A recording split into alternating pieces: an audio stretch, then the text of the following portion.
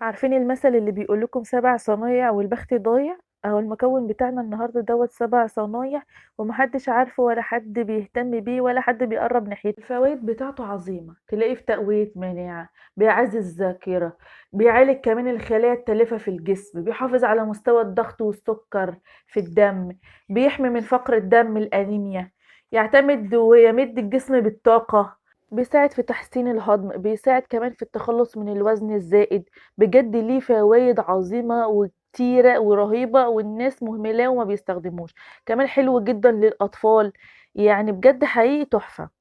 أنا هنا بقى يلا بينا نبدأ. بسم الله. كانت معاكم نسمة، ويلا بينا نصلي على الرسول وشوف كانت معايا المكون بتاعي اللي فيه الفوائد بتاعته الكتيرة دي كان ايه.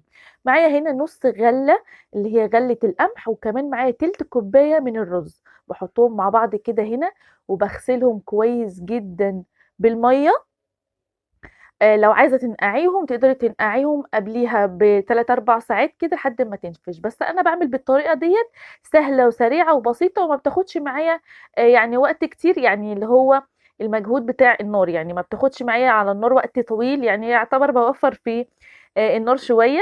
باغسلهم كويس جدًا. طبعًا بُصّوا بتلاقي المَيّة لونها بيبقى غامق كده شوية، بتفضلي تغسلي فيها لحد لمّا المَيّة ديّة بيبقى لونها صافي وحلوة ومضبوطة تمام. هاغسلها بقى كام مرّة كده لحد لمّا تبقى لونها يفتح كده، تبقى بالمنظر ده. وبعد كده بقى هاحط عليها 2 لتر من المَيّة. كان معايا هنا نُص كيلو من غلة البليلة اللي هي غلة القمح، وكمان تِلت كوباية من الرز، وحطيت عليهم 2 لتر من المَيّة عادي من الحنفية. هاحطهم على النار يغلوا. أول ما يغلوا بالطريقة ديّة هاشيل الريم بتاعهم واغطّيها واسيبها بقى إيه، لمدة ساعتين. بُصّوا بعد الساعتين باجي بالاقيها أكنّها استوت كده، يعني خلاص فاضل لها حاجات بسيطة جدًا، يعني يعتبر أكنّها استوت. نفشت كده وبقت بالمنظر دوّة.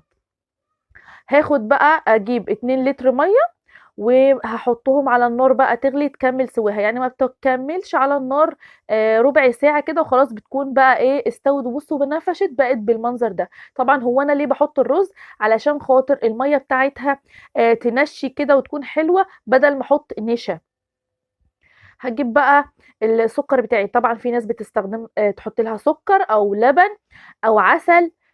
طبعًا لو أنتم عايزين تضبّطوا الضغط والسكر يا ريت ما تحطوش السكر، لو أنتم مرضى يعني الضغط والسكر ربنا يشفيه ويعافي يا رب.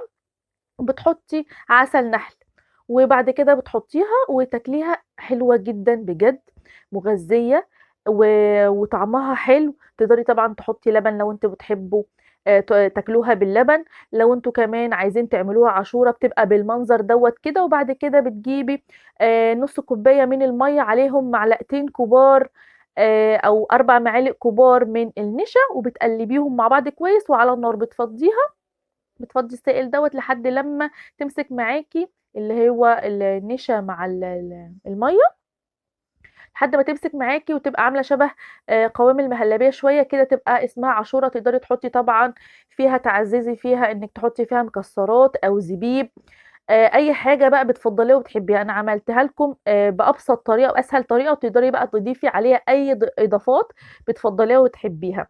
أتمنى الوصفة تعجبكم ولايك وشير